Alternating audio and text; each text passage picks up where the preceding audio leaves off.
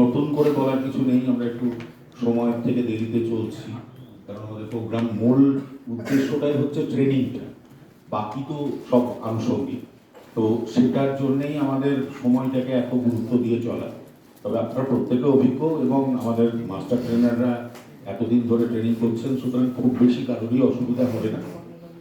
যেটা বিষয় সেটা হচ্ছে আমরা ইতিমধ্যে আমাদের মধ্যে পেয়েছি আমাদের কলেজের পরিচালন সমিতির সভাপতি, প্রাক্তন প্রধান শিক্ষক, লালগোলার এমএলএ, আমাদের অভিভাবক এবং একেবারে আমি জেলার ছেলে হিসাবে বলতে পারেন একেবারে যখন হাঁটা শিখেছি সেই সময় থেকে তার স্নেহ পেয়েছি, যার সহযোগিতায় এবং যিনার একেবারে এটা কোনো উনি পাশে আছেন বলে নয়, উনি নিজেও জানেন আমি পাশে দাঁড়িয়ে সেভাবে কথা বলতে পারি না, মানে দাদা এত স্নেহের চোখে দেখেন। দাদার অভিভাবকত্বে গোটা কলেজ আমরা আজকে এই জায়গা পর্যন্ত পৌঁছেছি এবং পুরো কৃতিত্বটা দাদা। সুতরাং দাদাকে বলবো আপনাদেরকে কিছু বলবো।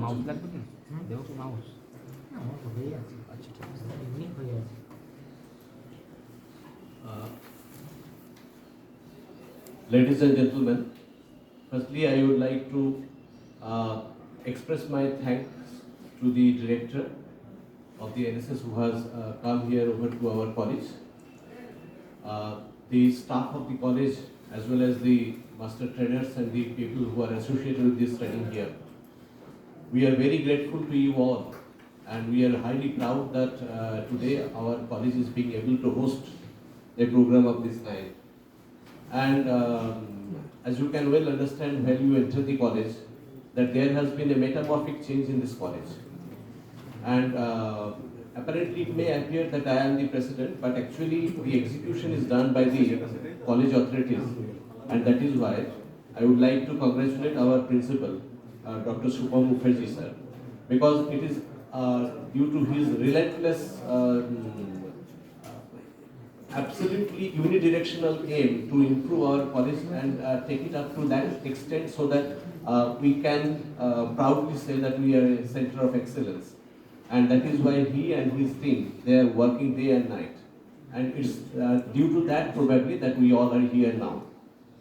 Now, what I want to say in this connection as regards the program that we are participating in now, that is My Bharat portal.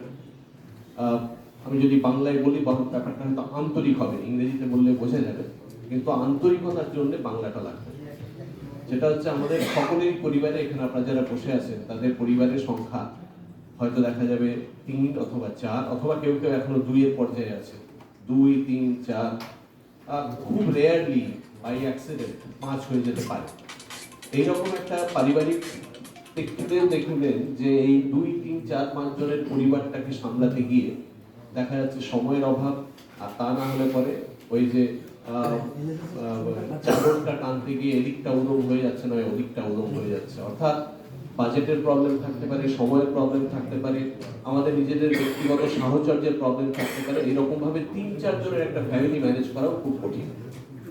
এবার একটা পরিবারে আপনাদের মতো আমার মতো মানুষ থাকার পরেও যদি আমরা আমাদের পারিবারিক সাংসারিক জীবনটাও সামলে উঠতে না পারি, তাহলে পরে 140 কোটি মানুষের এই পরিবার সামলানো কত কঠিন এটা আপনাদের অনুমান করতে হবে। তাই ভারতবর্ষের পথ চলা তৃতীয় বিশ্বের একটা দেশ হিসেবে যবে থেকে শুরু হয়েছে, সেটা স্বাধীনতার আগে হোক কিংবা স্বাধীনতা অর্জনের পরে হোক, কোনোদিনই সেটা খুব